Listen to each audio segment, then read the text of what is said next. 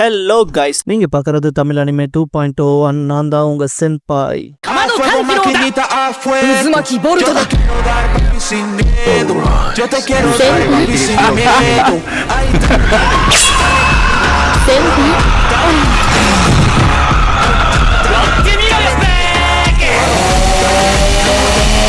இந்த வீடியோல முஷோகு டென்சேயோட எபிசோட் 23 பார்க்க போறோம். கிலன் எரிஸ் முழிச்சதும் எதுக்கு தூக்கத்துல இருந்து அப்படியே எந்திரிக்கிறேன் பா. எரிஸ் ஏற்கனவே விடிய போதுல எனக்கு ஓகே தான் எந்திரிச்சிருப்பா. கிலனும் என்ன மட்டும் ஃபாலோ பண்றப்ப எரிஸ் சூரிய உதயத்தை பார்த்துட்டு சிரிப்பா. ஆனா அப்படியே ரூடியஸ பார்த்தா அவனை பார்க்க உயிரே இல்லாத நடைப்பணம் போல இருப்பான். மக்கள்லாம் ஊருக்குள்ள இன்னும் கொஞ்சம் நார்மலான போல ஃபீல் ஆகும். எல்லாரும் இறங்கி விவசாய வேலையை பார்க்க ஆரம்பிச்சிருப்பாங்க. அவங்க அப்படியே கொஞ்சம் ஆறாவாரமா போறத பாக்குறப்ப ரூடியஸ் திரும்பி படுத்துப்பான். சீன் அப்படியே ரூடியஸோட பாஸ்ட் லைஃப்க்கு ஜம்ப் ஆகும். ஸ்கூல்ல லஞ்ச் கொடுக்கறப்ப அதை லைன்ல நின்னுதான் வாங்கணும். சில அடாவடி பசங்க மட்டும் முன்னால போயிடுவாங்க. ரூடியஸ் ஏண்டா உங்களுக்கு எலிமெண்டரி ஸ்கூல்ல லைன்ல போகணும்லாம் சொல்லி கொடுக்கலையான்றான். இதனாலேயே அந்த பசங்க புள்ளி பண்ணிருப்பாங்க. ஒரு கட்டத்துல அந்த லீடர் எனக்கு எதுவுமே பத்தலைன்ட்டு ரூடியஸ ட்ரெஸ்ஸே இல்லாம கட்டி போட்ட நாமல நிக்க வச்சுட்டு போயிருப்பான். இந்த விஷயங்களை அவங்க பேரண்ட்ஸ்க்கு தெரிய வரக்குள்ளே ரூடியஸ் அவனோட ரூம்குள்ள போய் கதவை சாத்திப்பான். அப்படியே தான் அவன் அந்த ரூம்குள்ள செட்டில் ஆனதும் அவங்க அம்மாவும் காயங்கள் எப்படி இருக்குன்னு கேட்பாங்க. ரெஸ்பான்ஸே பண்ண மாட்டான். அவன் அப்பாவுமே நல்லா ஸ்ட்ராங்கா இருறா. இங்க பாரு, இந்த பசங்களை பத்தி ஸ்கூல்ல நான் பேசி அவங்கள அந்த ஸ்கூலை விட்டு விரட்டி அடிக்க வைக்கிறேன். நீ எதுக்கும் கவலைப்படாத, இப்ப ஸ்கூலுக்கு தான் போறேன்னு பாரு. அவங்க அம்மா சாப்பாடு வெளியே வச்சிருக்கேன் சாப்பிட்டுருப்பான்ட்டு போவாங்க.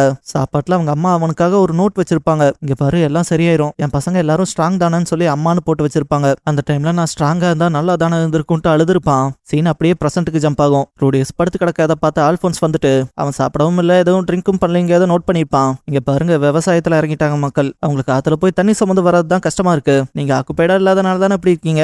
வந்து எர்த் மேஜிக் மூலமா அதை உங்களால அசால்ட்டா பண்ணி தர முடியும்ல, வாங்கன்ட்டு. அதே போல மரக்கட்டைகள் கிடைச்சாலும் நல்லதுதான். ஏன்னா எல்லாருமே அவங்களுக்கான குடியிருப்புகளை கட்ட பாக்குறாங்கும் போது ரூடியஸ் அமைதியாவே இருக்கதை பார்த்துட்டு அல்போன்ஸ் எரிஸ் விஷயத்துல அவ டெலபோர்டேஷன்லயே செத்துட்டதா சொல்லலான்னு இருக்கும்பான். ரூடியஸ் இப்பதான் எந்திரிச்சு பாப்பான். அவன் அவங்க போயிட்ட விஷயத்த பத்தி சொன்னா இந்த ரீகன்ஸ்ட்ரக்ஷன்ல தான் பிரச்சனை வரும்பான். ரூடியஸ் அவ ஓடுனது கஷ்டம் தானேன்பான். அல்போன்ஸ் எனக்கு இந்த ஃபிட்டோவர் ரீஜியனை திரும்ப பழையபடி கொண்டு வரணும்பான். ரூடியஸ் எந்திரிச்சவன் அப்ப என்ன விட்டு போய் வேலையை பாருங்கன்பான். அல்போன்ஸ் இங்க பாருங்க, இந்த லேடி செரிஸ் விஷயம் சார்ந்துதான். நீங்க இப்ப வரைக்கும் இங்க உள்ள ரெஸ்ட் எடுத்துட்டு இருக்கீங்க, நீங்க அதை பண்ணிக்கங்க. ஆனா இங்க டென்ட்ஸ் குறைவா இருக்கு, நிறைய ரெஃப்யூஜிஸ் வந்துகிட்டே தான் இருக்காங்க. போதுமான சாப்பாடு டென்ட் எல்லாம் இல்லைங்கிறப்ப ரூடியஸ் தோரத்தை பாக்குறீங்களான்பான். அல்போன்ஸ் இங்க வேதனை படுறது நீங்க மட்டும் இல்லைங்கிறப்ப ரூடியஸ் படுத்திருப்பான். அதை அல்போன்ஸ் பார்த்துட்டு தான் போவான். ரூடியஸ், நான் என்ன செஞ்சேன், உனக்கு எங்கிட்ட இருந்து என்னதான் வேணும்ட்டு பெட்ல இருந்து உருண்டு எரிஸ் முடி கிடக்கிற இடத்துல விழுந்திருப்பான். அடுத்த சீன்லயே எரிஸ் சில மான்ஸ்டர்ஸை வேட்டையாடுறத காட்டுவாங்க. இல்லன்னு இது ஓகே தானான்னு கேப்பா. அப்படியே மான்ஸ்டர்ஸை கொண்டு குவிச்ச போல ஒரு குவியில காட்டுவாங்க. அங்க இருக்க ஒரு 3 ஆம்பளைங்க, பரவாயில்லையே ரொம்ப நன்றி, இதுக்கு தான் எங்களுக்கு ரொம்ப பிரச்சனை ஆச்சு. இதை சாத்தியப்படுத்தின நீங்க பெரிய ஆளா தான் இருக்கணும். நீங்க ஃபேமஸான அட்வென்ச்சரான்லாம் போட்டு கொடைவானுங்க. பார்த்தா ஆப்போசிட்ல இருக்கிறது ரூஜடா இருக்கும். அவனுங்க காஸ்டியூமை பார்த்ததை வச்சு நீ டீமனான்னு கேட்பாங்க.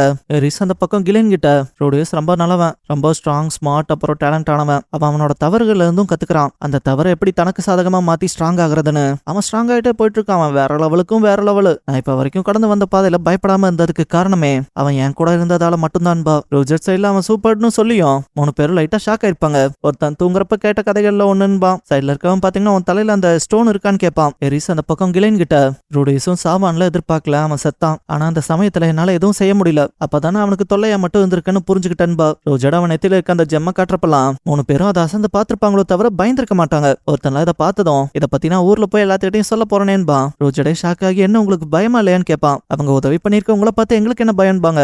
ஒருத்தன்லாம் சின்ன பையனா இருந்தா பயந்துருக்கலான்பா. எரிஸ் ரூடியஸ் எப்பவுமே எங்களை பத்தியே நினைச்சிட்டு இருப்பான். அவன் எங்களுக்கு எல்லாமே செஞ்சான். ஆனா அவனுக்கு இருந்தா எதுவும் செய்ய முடியாம போச்சுன்ட்டு ரூடியஸ் கூட ஒன்னா இருந்ததை நினைக்கிறப்ப அவன் கை என்னோட விட சின்னதா தான் இருந்துச்சு. அவன் வயசுல என்ன விட சின்ன பையன் தானன்பா. ரோஜர் சைட் பார்த்தா அங்க இருக்கவங்க சின்ன வயசுல கதை சொல்றப்ப குழந்தைகளா சரியான டைமுக்கு தூங்க போலினா சூப்பர் வந்து உங்களை முழுங்கிடும் சொல்லியிருப்பாங்கன்பா. ரோஜர், நாங்க குழந்தைகளை எல்லாம் சாப்பிட மாட்டோம்பா. இதை கேட்ட மத்த 3 பேரும் சிரிச்சிருப்பாங்க. ரோஜருக்குமே இதெல்லாம் புதுசா இருக்கும். லைக் அதை எப்படி சொல்றதுன்னா, மக்களோட மக்களா சேர்ந்து சிரிச்சுட்டு அந்த ஒரு வார்ம் ஃபீலிங் அவனுக்கு கிடைச்சிருக்காது. இதெல்லாம் புதுசா இருக்கும். எரிஸ் அந்த பக்கம் மலை மேல ஏறினவ, அதேதான் நான் ரூடியஸை காதலிக்கிறேன். நான் எப்ப டிராகன் கார்டை தோக்கடிக்கிற அளவுக்கு பலசாலி ஆகிறனோ அப்பதான் நான் ரூடியஸ் மூஞ்சில முழிக்கலான்னு இருக்கேன். அப்ப அவன் கூட வேந்து அவனை பாதுகாப்பன்பா. இந்த இடத்துல வச்சு அவளோட ஹுட்டி விலகவும் தான். முடி வெட்டினதுக்கு அப்புறம் அவளோட லுக் எப்படி இருக்குங்கிறதே காட்டியிருப்பாங்க. இப்படி இங்க எரிஸ் வார்ம் ஃபீலிங்கோட இருப்பா. அப்படியே ரோஜர் சைட் காமிச்சா அவனும் ஒரு நல்ல ஃபீலிங்கோட இருப்பான். ஆனா இந்த சீன்ல ரூடியஸோட பாஸ்ட் லைஃப் உருவத்தை காட்டுவாங்க.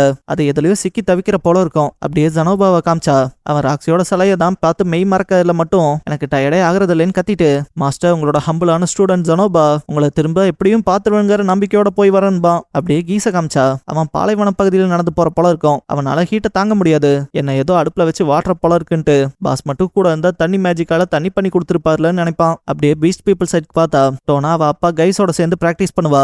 டெசனா சீரப் பண்ணிட்டு அவளுமே பிராக்டிஸ் பண்ணுவா. அப்படியே கர்டன் பாச்சிரோவை காட்டுவாங்க. கடல் தண்ணியை தொட்டு டேஸ்ட் பண்ணிட்டு உப்பா இருக்குன்பாங்க. இந்த இடத்துல ஒருத்த வந்து பாட்டி டென்ட் நிஜமாவே நீங்க மீட் பண்ணிருக்கீங்களான்னு கேட்பான். அவங்களோட சிரிச்ச முகத்தோட தான் அவங்கள பத்தி பேசுவாங்க. ரோடியோஸோட பாஸ்ட் லைஃப்ல அவனோட ரூம் ஆனா செகண்ட் ஃப்ளோர்லயே தானே கிடப்பான். அப்ப கீழே ஃபேமிலியே சாப்பிட்றப்ப அந்த சாப்பாடுல கொஞ்சத்தை மேல இருக்கவருக்கு கொண்டு போய் கொடுக்கட்டுமான்னு கேட்கும். அங்க இருக்க ஆளு வேணான்றுவான். அவங்க ஃபேமிலியே பேசிட்டு இருக்கப்ப அந்த குட்டி பொண்ணு மேல இருக்கிற அவரு கொஞ்சம் பெட்டரான சந்தோஷம்பா.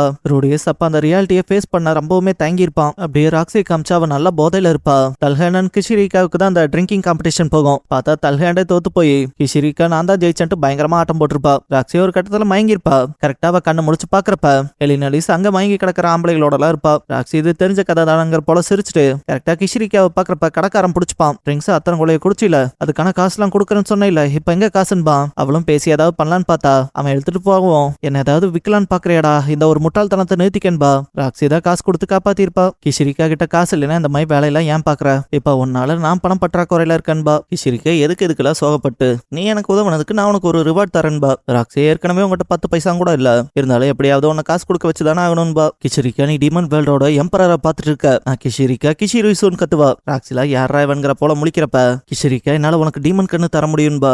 ராக்ஸி அப்ப உங்க கண்ணை வச்சு நான் தேடுறவங்களை கண்டுபிடிச்சு சொல்லுங்கன்பா. கிஷிரிக்கா ரொம்ப இம்ப்ரெஸ் ஆயிருப்பா. உன் ஆசையை வேற ஒருத்தருக்காக நிறைவேற்றியா சூப்பர் போ.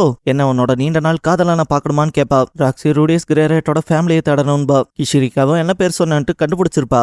பார்த்தா லிலியா அண்ட் ஐஷியா கூட பால் சேர்ந்திருப்பான். நோன்னு ஒரு மாதிரி லைட்டா கண் கலங்கிட்டு அம்மா எங்கேன்ட்டு வருவா. பால் அம்மாவும் அண்ணாவும் எப்படியும் திரும்பி வந்துருவாங்க ஒன்னும் கவலைப்படாதேன்பா.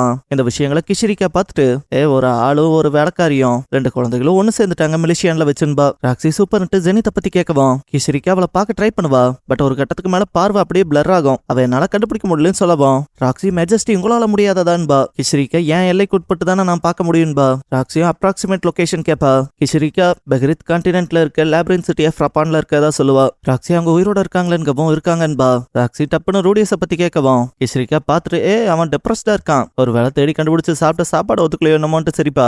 ராக்ஸி அதான் விஷயமா நீங்க செஞ்ச உதவிக்கு நன்றி அப்புறம் முன்னாடி தப்பா பேசினதுக்கு மன்னிச்சுக்கங்கன்பா. கிஷிரிக்கா நான் உனக்கான ரிவார்டை கொடுத்துட்டேன்ட்டு கிளம்பியிருப்பா. எலினாலிஸ்க்கு இந்த விஷயம் தெரியறப்ப அவ உயிரோட இருக்க மாதிரி தான் ஏன் மத்தவங்களை கான்டாக்ட் பண்ணலேன்பா. ராக்ஸி கண்டிப்பா பிரச்சனையில மாட்டி இருந்திருப்பாங்கன்பா.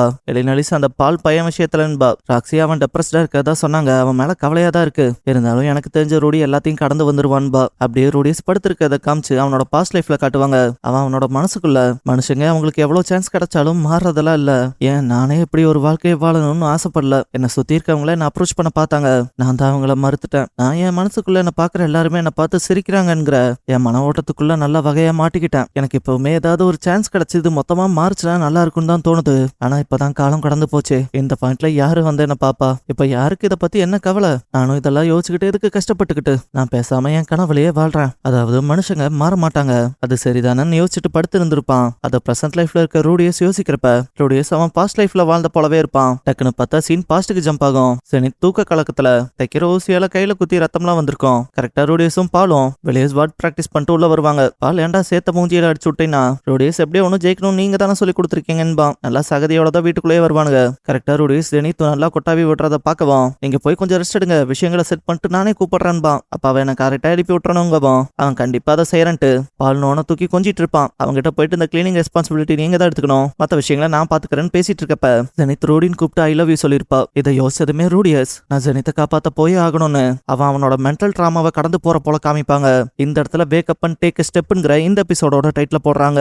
மக்கள் மாற மாட்டாங்க நான் விஷயங்களை மாத்திருக்கான எனக்கான காலங்கிறதெல்லாம் கடந்து போச்சுன்னு யாருமே இந்த விஷயத்தையுமே பேடாலாம் யோசிச்சுட்டு ஃபீல் பண்ணிட்டு இருக்காதீங்க. இன்னைக்கு இந்த நாள் இந்த மொமெண்ட் இந்த நொடி நீங்க உங்க வாழ்க்கையில ஏதாவது மாத்தணும்னு நினைச்சா அதை நீங்க உண்மையா நினைச்சா நீங்க மாத்துவீங்க. இப்ப எபிசோடோட என் கிரெடிட்ஸை பாத்திரலாம். அப்படியே வேற ஒரு பக்கம் காட்டுவாங்க. லைக் அதை பார்க்க ஒரு மீட்டிங் போல இருக்கும். சேர்ல உட்காந்துருக்க இந்த பொண்ணு பேரு ஏரியல். ஆப்போசிட்ல நிக்கிற அந்த பையன் பேரு லோக் நோட்டோஸ் கிரேராட். 2 பேத்துக்கும் சென்ட்ரா நிக்கிறது ஃபிட்ஸ். ஏரியல் 5 வயசுலேயே செயின்ட் கிளாஸ் வாட்டர் மேஜா. இதை கேட்க ஆச்சரியமா இருக்கு. அவனை பத்தி யோசிச்சா இம்ப்ரெசிவா இருக்கு. ஆனா அவனை சேர்த்துக்கிறதுங்கிறப்ப லோக் இதெல்லாம் ஓவரா பில்டப் கொடுக்குற கதை போல இல்லையான்பா. ஏரியல் இது என்ன பர்சனல் எக்ஸ்பீரியன்ஸான்னு கேட்டா ஃபிட்ஸ் ஆமாங்கவும். ஏரியல் அவன் கூட உனக்கு என்ன ரிலேஷன்ஷிப்னு கேப்பா. ஃபிட்ஸ் அவன் என்னோட சேவியர் மென்டார் அப்புறம் ஃப்ரெண்டு. இந்த உலகத்துல எனக்கு தேர்ந்தெடுக்க ஒரு விஷயம் இருந்தா நான் அவனை மட்டும்தான் அதிகமா மதிப்பெண்கவும். 2 days நடந்து போறது காமிச்சு இந்த எபிசோட இதோட முடிக்கிறாங்க. எப்பவும் போல வீடியோக்கு ஒரு லைக் போட்டுருங்க.